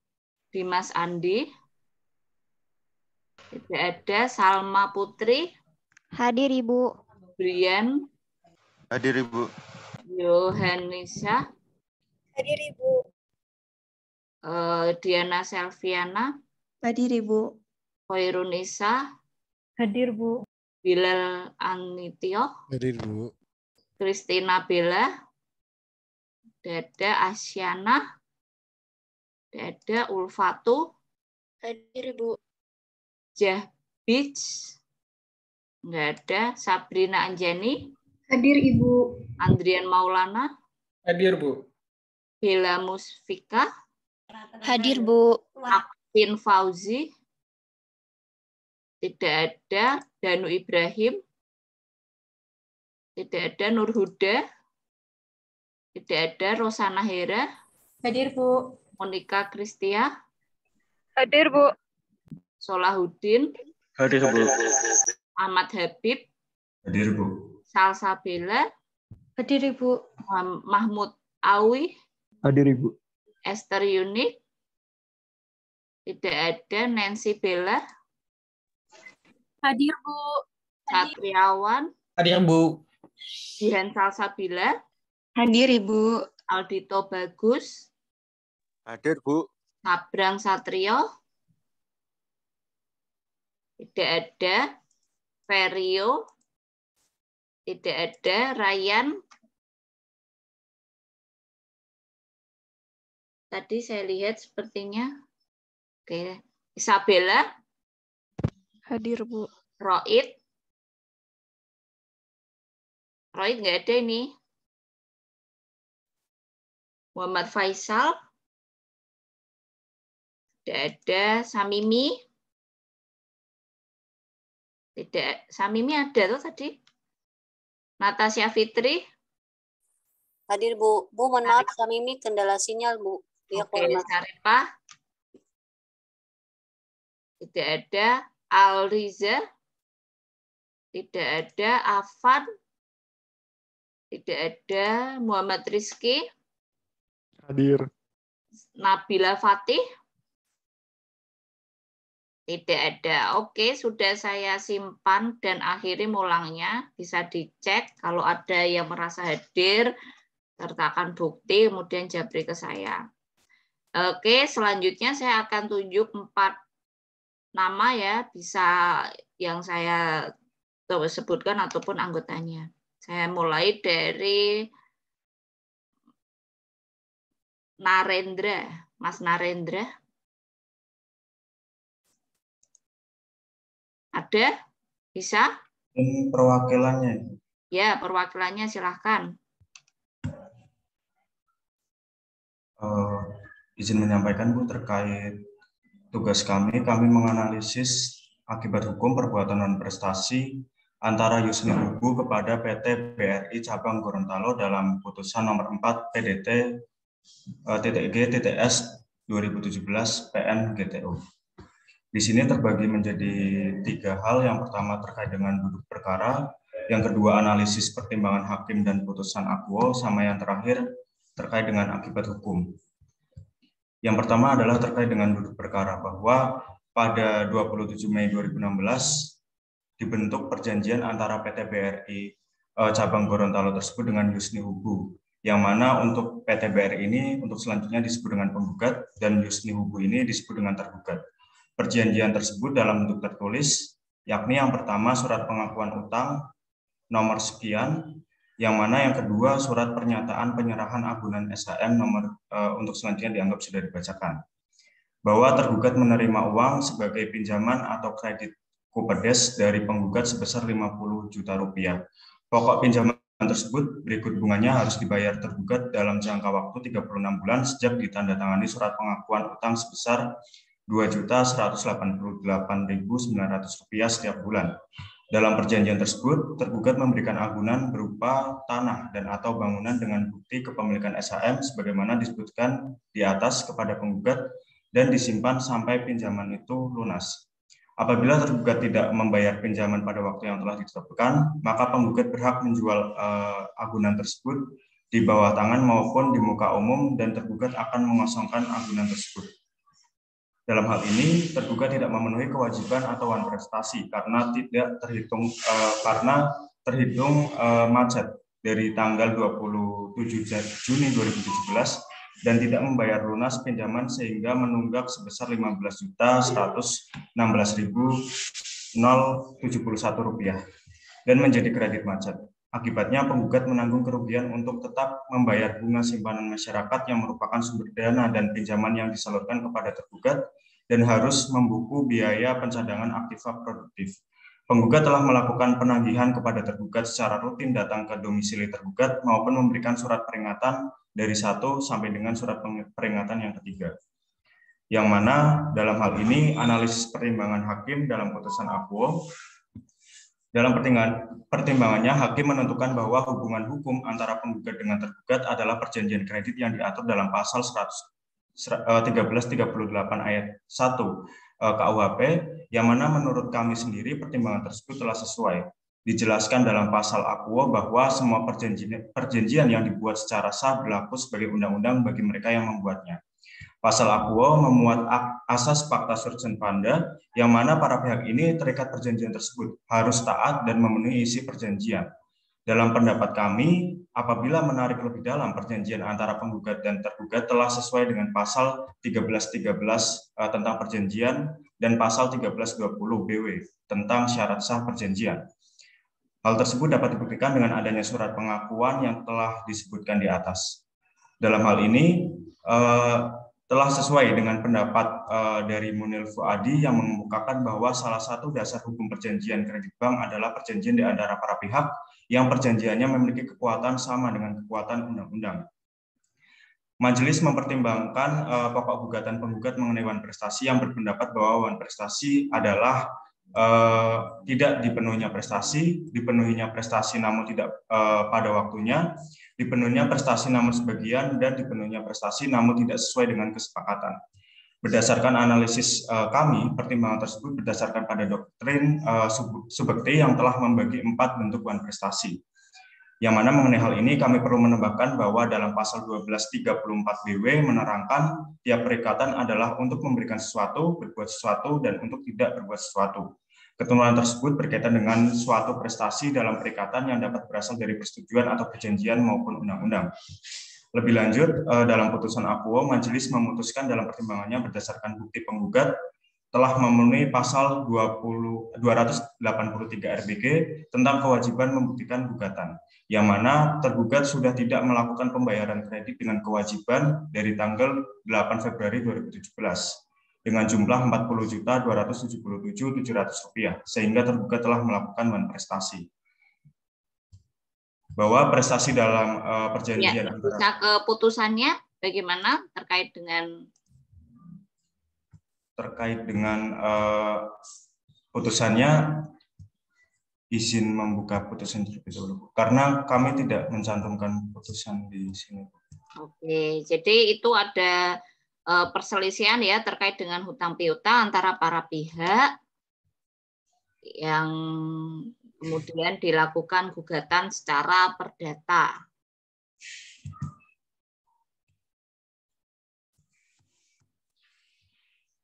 Baik, untuk putusannya ini mengabulkan gugatan penggugat untuk sebagian, menyatakan demi hukum perbuatan tergugat ini wan prestasi kepada penggugat, dan menghukum tergugat membayar lunas seketika tanpa syarat sisa pinjaman atau kredit, yaitu pokok plus bunga kepada penggugat sejumlah Rp40.277.700. Kemudian menghukum tergugat untuk membayar biaya perkara dan menolak gugatan penggugat untuk selain dan selebihnya. Terima kasih. Oke, ya berarti pembayaran utangnya itu gimana terusan menurut kelompoknya Mas Habib? Ya, jadi dibayar atau tidak? Tidak, Ibu, karena itu kan sesuai dengan perjanjiannya sudah ditentukan terkait dengan waktu setiap bulannya itu berapa, namun dari pihak tergugat tidak melaksanakan sehingga merugikan pihak penggugat dan masuk ke dalam istilah kredit macet itu. Tapi dalam putusannya tidak diminta bayar tadi? Terkait putusannya itu pada poin yang ketiga menghukum tergugat membayar lunas seketika tanpa syarat sisa pinjaman atau kredit berikut pokok plus bunganya. Ya, oke, ya. Dari sini tadi sudah ada 3 kelompok yang share terkait dengan hutang piutang ya, perselisihan hutang piutang, dan dari ketiganya itu di dalam putusannya itu hakim mengabulkan dan meminta untuk membayar langsung seketika beserta bunga dan denda. Kenapa kok bisa kayak gini? Nah, memang kalau perjanjian baku ya hutang piutang itu posisi itu udah sangat kuat. Kalau di perdata perjanjian seperti layaknya undang-undang ya asas pacta sunt servanda itu. Jadi kalau kalian sudah terikat perjanjian hutang piutang ya salah satu solusinya adalah dengan memberikan pelunasan ya, melakukan pembayaran secara cicilan yang betul. Kalau sudah terjadi perselisihan itu pasti menang itu pihak krediturnya. Berat kecuali ada hal-hal pelanggaran yang dilakukan oleh si kreditur. Tapi kalau tidak sebatas debitur tidak melakukan prestasinya dengan baik, kemudian dilakukan gugatan, itu pasti menang krediturnya. Jadi ambil keputusan yang bijak ketika memutuskan untuk mengambil pinjaman, apakah sudah sesuai dengan kemampuan atau tidak. Oke, berikutnya saya langsung ke kelompok yang kedua, kelompoknya Hafiz di sorry. Malah buka nih. Ini masih rombel pagi. Bentar. Salah. Atau oh ya kan di sini kan cuma rombel siang ya. Oke, Mas Satriawan. Baik, Bu. Untuk putusan yang kami analisis yaitu putusan nomor 138/PDT.BTH/2020 di Pengadilan Negeri Jakarta Barat terkait eksekusi bangunan lelang terhadap Wan Prestasi debitur oleh Bank Rakyat Indonesia. Nah, untuk analisis ini terdiri dari yang pertama ada para pihak, duduk perkara, dan putusan. Yang ketiga ada analisis yang kami analisiskan. Jadi yang pertama terkait para pihak di sini ada pertama pihak pelawan, ada Lim Awang Hermanto, dan terlawan di sini adalah pemohon eksekusi di mana ada Indiah Karismatis selaku pemenang lelang, dan ada terlawan pihak Bank BRI dan juga kantor pelayanan kekayaan negara yang dimana yang melelang harta dari Lim Awang Hermanto.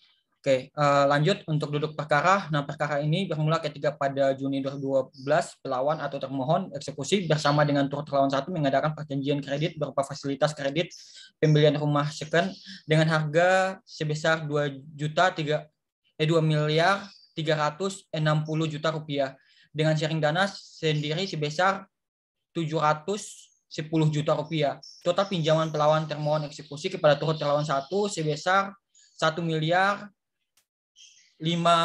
juta rupiah, dan sebagai jaminan agunan adalah sertifikat hak guna bangunan nomor 1900/Semanan tercatat atas nama Lim Awang Hermanto. Kemudian selanjutnya berkaitan dengan putusan. Nah, di dalam putusannya itu pihak hakim menyatakan bahwa pelawan adalah pelawan yang tidak jujur, dan kemudian hakim menolak perlawanan pelawan untuk seluruhnya, dan hakim menghukum pelawan membayar biaya perkara sebesar 2.930.000 rupiah. Nah, analisis kami berdasarkan perkara di atas, di mana hakim sebelumnya telah mengupayakan perdamaian melalui peradilan non litigasi menggunakan alur mediasi sebagaimana yang diatur dalam Peraturan Mahkamah Agung Nomor 1 Tahun 2016 tentang prosedur mediasi di pengadilan, yang dihadiri oleh para pihak yang bersengketa dengan menunjuk Saudara Rita LC SHMH, hakim pada Pengadilan Negeri Jakarta Barat sebagai mediator. Namun upaya mediasi yang dilakukan mediator tidak berhasil sehingga perkara ini diteruskan ke persidangan litigasi yang dilakukan pada tanggal 14 Juli 2014. Kemudian sebagaimana yang diterangkan dalam duduk perkara bahwa yang diperkarakan dalam putusan ini adalah perjanjian kredit pembelian rumah second senilai 2.360.000.000 rupiah, yang kemudian pihak pelawan termohon eksekusi memberikan jaminan atau agunan berupa sertifikat hak guna bangunan nomor 1900/Semanan yang tercatat atas nama Lim Awang Hermanto. Kemudian selanjutnya, nah di dalam fakta mengenai putusan yang kami analisis, pihak pelawan termohon eksekusi melakukan wan prestasi dengan tidak melunasi pelunasan kredit yang telah disepakati. Maka pihak Bank BRI atau di sini sebagai pihak turut terlawan 1 memiliki hak untuk melakukan pelelangan terhadap rumah yang ada dalam kesepakatan kredit sebelumnya, yang mana pihak Bank BRI bermaksud agar segera terlunasinya hutang-hutang pihak pelawan atau termohon eksekusi. Sebelumnya pelelangan yang dilakukan pihak Bank BRI kemudian dimenangkan oleh pihak terlawan dalam kasus ini, yang memiliki hak untuk dapat dimohonkan eksekusi sita bangunan melalui pengadilan tingkat pertama melalui prosedur. Yang pertama, prosedur permohonan eksekusi. Permohonan eksekusi, pihak yang menang dalam perkara ini mengajukan permohonan kepada ketua pengadilan tingkat pertama agar putusan itu dijalankan atau dilaksanakan. Yang kedua, atas dasar permohonan itu, ketua pengadilan tingkat pertama memanggil pihak yang kalah untuk melakukan teguran atau mening agar termohon eksekusi melaksanakan isi putusan dalam waktu 8 hari sesuai pada pasal 196 HIR. Kemudian yang ketiga, jika termohon eksekusi tetap tidak mau menjalankan putusan, maka Ketua Pengadilan tingkat pertama mengeluarkan penetapan berisi perintah kepada panitera jurusita pengganti untuk melakukan sita eksekusi. Yang keempat, adanya perintah penjualan lelang dilanjutkan dengan penjualan lelang setelah terlebih dahulu dilakukan pengumuman sesuai dengan ketentuan pelelangan, lalu diakhiri dengan penyerahan uang hasil lelang kepada pemohon eksekusi sesuai dengan jumlah yang tercantum dalam putusan. Nah, di dalam fakta kasus yang kami analisis, pihak pelawan atau termohon eksekusi bersalah karena tidak mengindahkan emmening yang dilakukan oleh Pengadilan Negeri Jakarta.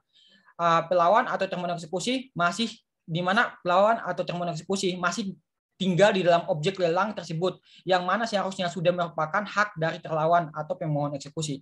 Terima kasih.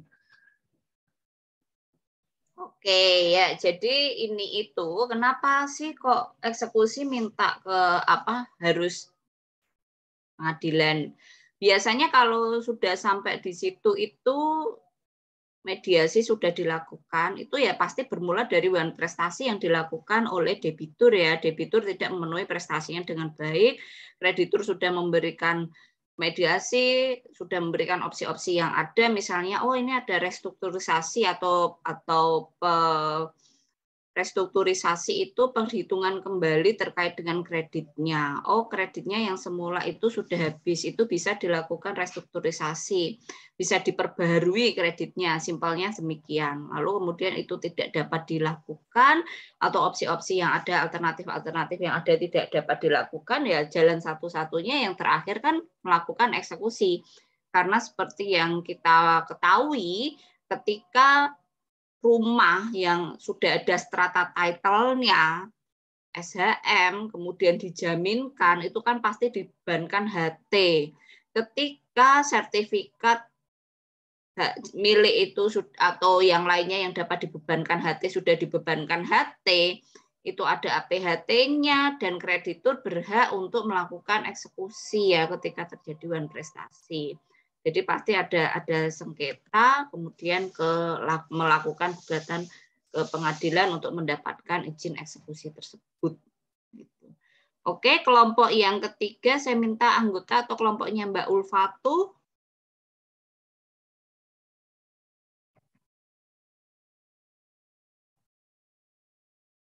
Bagaimana? Bisa? Ready? Bisa Ibu, terkait dulu perkaranya akan dibacakan oleh Rosana Hira. Oke, silakan. Jadi analisis dari kelompok kami yaitu putusan nomor 51 dari Pitsus 2018 PNLMJ dan putusan nomor 2365 dari Pitsus tahun 2018 terkait tindak pidana mengalihkan jaminan fidusia. Bermula pada hari Selasa tanggal 4 Februari terdakwa Danang Satrio Priyono telah melakukan kejadian. Mbak Rosana bisa di angle-nya diturunin sedikit biar wajahnya kelihatan. Ya maaf Bu. Ya. Oke, nah silakan. Ya, dilanjutkan atau ulangi boleh ya. Oh ya. Bermula pada hari Selasa tanggal 4 Februari terdakwa Danang Satrio Priyono telah melakukan perjanjian kredit dengan korban yaitu Samsul Diafarin selaku atas nama PT BPR Sentral Arta Jaya guna melakukan pinjaman uang sebesar Rp185 juta.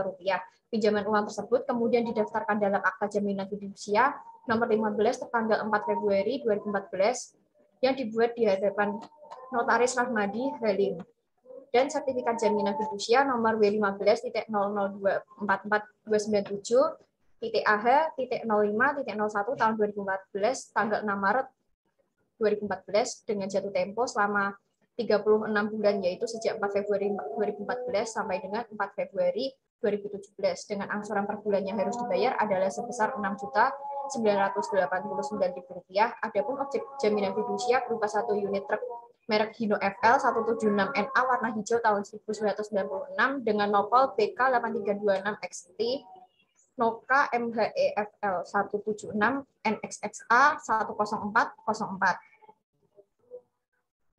PO Bunga Ros alamat Desa Rambung Merah, Kecamatan Siantar, Kabupaten Simalungun yang sudah berubah menjadi nopol N8088YE serta beralih menjadi Danang Satrio Priyono alamat Jalan Sastro Dikoro nomor 46 RT 6 RW 9, Kelurahan Citro Diwangsan, Kecamatan Lumajang, Kabupaten Lumajang, dan 1 unit truk merek Hino FF173NA warna hijau tahun 1990, nomor polisi BK 8607 TB, dengan atas nama Musli dengan alamat Jalan Sutomo nomor 114 RT 1 RW 1 Kelurahan Dwikora Kecamatan Pematang Siantar Provinsi Sumatera Barat. Telah tercatat bahwa terdakwa terakhir membayar angsuran pada tanggal 30 Maret 2015, kemudian selama 3 bulan berturut-turut yaitu pada bulan April 2015 hingga Juni 2015 terdakwa tidak membayar kewajibannya berupa pembayaran angsuran kepada PT BPR Sentral Arta Jaya.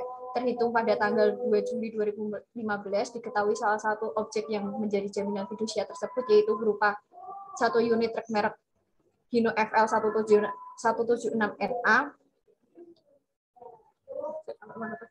warna hijau tahun 196, Nopol 8326 XT, nomor Noka MHE FL 176NXXA 10404, Nosin H07D AJ 1186 atas nama PO Bunga Ros alamat Desa Rembung, yang beralih menjadi atas nama Danang Satrio Priyono alamat Jalan Sastro Dikoro nomor 46 RT 6 RW 9. Sudah tidak ada pada terdakwa, namun sudah dalam penguasaan milik Haji Budi Syamsu alamat Jalan Sumeru, Kelurahan Cutro Diwangsan, Kecamatan Lumajang, Kabupaten Lumajang, yang diakui oleh Haji Budi Syamsu yang berarti timnya Mbak Ulfatu dan Mbak Rosana itu jadi truknya dijaminkan, BPKB-nya dijaminkan, kemudian truknya beralih gitu ya. Oke, kan harusnya tidak beralih, tapi kemudian truknya beralih ke orang lain, begitu ya? Oke, putusannya bagaimana? Putusannya dibacakan oleh rekan saya ya, Ibu. Oke, silahkan. Terima kasih. Mandili yang pertama menyatakan terdakwa Danang Satrio Priyono bersalah telah melakukan tindak pidana pemberi fidusia yang mengalihkan benda yang menjadi objek jaminan fidusia yang dilakukan tanpa persetujuan tertulis terlebih dahulu dari penerima fidusia. Yang kedua, menjatuhkan pidana terhadap terdakwa Danang Satrio Priyono. Oleh karena itu, dengan pidana penjara selama 4 bulan dan denda sebesar Rp 5 juta dengan ketentuan apabila denda tersebut tidak dibayar, maka diganti dengan pidana kurungan selama 1 bulan. Yang ketiga, menetapkan barang bukti berupa 1 unit truk, 1 lembar sertifikat jaminan fidusia dengan nomor W1500244-297AH0501 tahun 2014 tanggal 6 Maret 2014 dan 1 bendel BPKB nomor L07706196 dikembalikan kepada PT BPR SAJ atau Sentral Arta Jaya.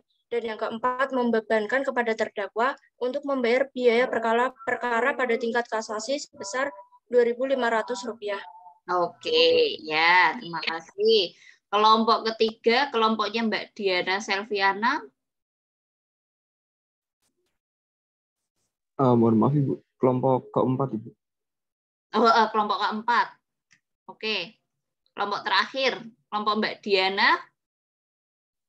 Anggotanya ada saya juga. Ya, boleh, silahkan.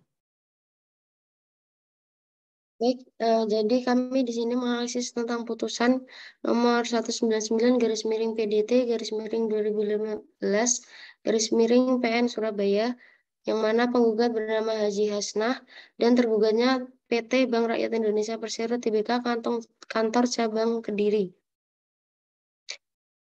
Duduk perkaranya yaitu di mana bahwa penggugat adalah debitur dan tergugat 1 sebagaimana ternyata dalam surat putusan kredit SPPK dengan nomor yang telah tertera pada tanggal 14 Juni 2010. Dengan posisi kredit sebesar Rp630.428.650 dalam bentuk kredit modal kerja. Kemudian bahwa putusan kredit dibuat oleh tergugat 1 dan diberikan kepada penggugat untuk keperluan restrukturisasi kredit modal kerja usaha perdagangan hasil laut, yang mana usaha penggugat tersebut telah mengalami kemunduran karena penurunan harga komoditi rumput laut yang menjadi usaha pokok dari penggugat tersebut. Kemudian karena kondisi pasar perdagangan hasil laut ini rumput laut ini tidak stabil seperti yang direncanakan sebelumnya. Kemudian penggugat tidak dapat menjalankan kewajibannya kepada tergugat 1 secara maksimal sehingga memicu tergugat 1 berkesimpulan bahwa kredit penggugat telah berada pada posisi macet. Yang mana kemudian pada tanggal 6 Mei 2011 tergugat 1 menyampaikan pemberitahuan lelang kepada penggugat dengan posisi tunggakan atas fasilitas kredit penggugat sebesar Rp639.322 per tanggal 6 Mei 2011 dengan rincian kewajiban berupa tunggakan pokok, tunggakan bunga, tunggakan penalti kredit, yang mana pelelangan terhadap agunan kredit penggugat tersebut akan dilakukan pada tanggal 7 Juni 2011. Kemudian pada tanggal 7 Juni 2011, tergugat 1 mengalihkan kepada tergugat 2 untuk melakukan lelang eksekusi hak tanggungan dan jaminan fidusia dengan maksud untuk melunasi hak utang tersebut, utang penggugat. Selanjutnya pada tanggal 7 Juni 2011 juga, tanpa melakukan peneguran-peneguran dan tanpa memberi kesempatan kepada penggugat untuk menjual sendiri barang agunan dan atau barang jaminan tersebut, tergugat 2 dengan serta-merta telah melakukan pelelangan atas barang jaminan milik penggugat tanpa persetujuan dari penggugat. Kemudian lelang eksekusi hak tanggungan dan jaminan fidusia atau barang jaminan milik penggugat tersebut dilakukan oleh tergugat 2, yaitu tidak prosedural dan atau mengandung cacat hukum yang telah melanggar ketentuan peraturan perundang-undangan, yaitu pasal 20 ayat 1, 2, 3 Undang-Undang Nomor 4 Tahun 1996 tentang Undang-Undang Hak Tanggungan. Oleh karenanya, maka pertama dilakukan tanpa penyampaian peringatan terlebih dahulu kepada penggugat untuk menyelesaikan kewajibannya. Kemudian penetapan harga lelang yang dilakukan oleh tergugat 2 sangat kecil dan atau sangat rendah dari yang sepatutnya, sehingga hasil pelelangan atas hak tanggungan tersebut atau jaminan fidusia terhadap jaminan barang yang dimiliki penggugat tersebut tidak mencapai sasaran pelelangan, yaitu tidak dapat menutup posisi terakhir kewajiban penggugat kepada tergugat 1. Yang mana dalam hal ini merugikan penggugat dan bertentangan dengan ketentuan Undang-Undang Nomor 4 Tahun 1996 tentang hak tanggungan pasal 20 ayat 2. Kemudian pelelangan atas hak tanggungan dan jaminan fidusia ini terhadap barang jaminan milik penggugat dilakukan oleh tergugat 2 secara membabi buta atau sewenang-wenang tanpa upaya kompromi dengan pihak penggugat. Kemudian dilaksanakannya oleh tergugat 2 melakukan penelitian dan peninjauan untuk diinventarisasi terlebih dahulu terhadap barang jaminan milik penggugat. Kemudian terhadap harta benda milik yang lain. Ya, putusannya bagaimana, Mbak? Itu terkait dengan lembaga si kreditur melakukan pelelangan dan si debitur merasa tidak tahu atas kegiatan tersebut, gitu ya. Ya, Bu. Putusannya mungkin bisa diteruskan oleh Diana Selviana. Ya, silahkan. Sebentar, Ibu.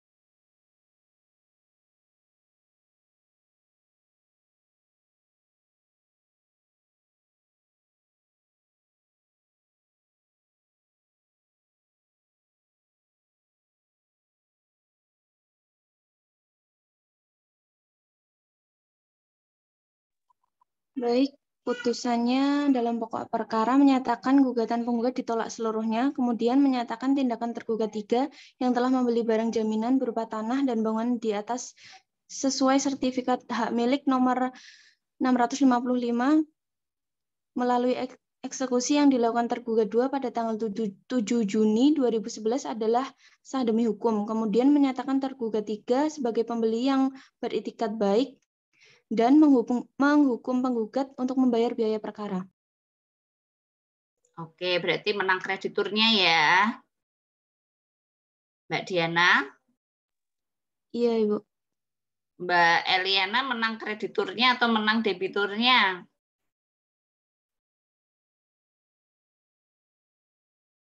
Iya, yang menang kreditur, Bu. Berarti kalau dari putusan tersebut proses pelelangan sudah dilakukan sesuai dengan ketentuan ya. Oke, baik. Terima kasih atas perhatiannya. Kita ketemu dalam kesempatan baik berikutnya ya. Selamat siang. Wassalamualaikum warahmatullahi wabarakatuh. Waalaikumsalam warahmatullahi wabarakatuh. Wabarakatuh. Terima kasih Bu Ayu.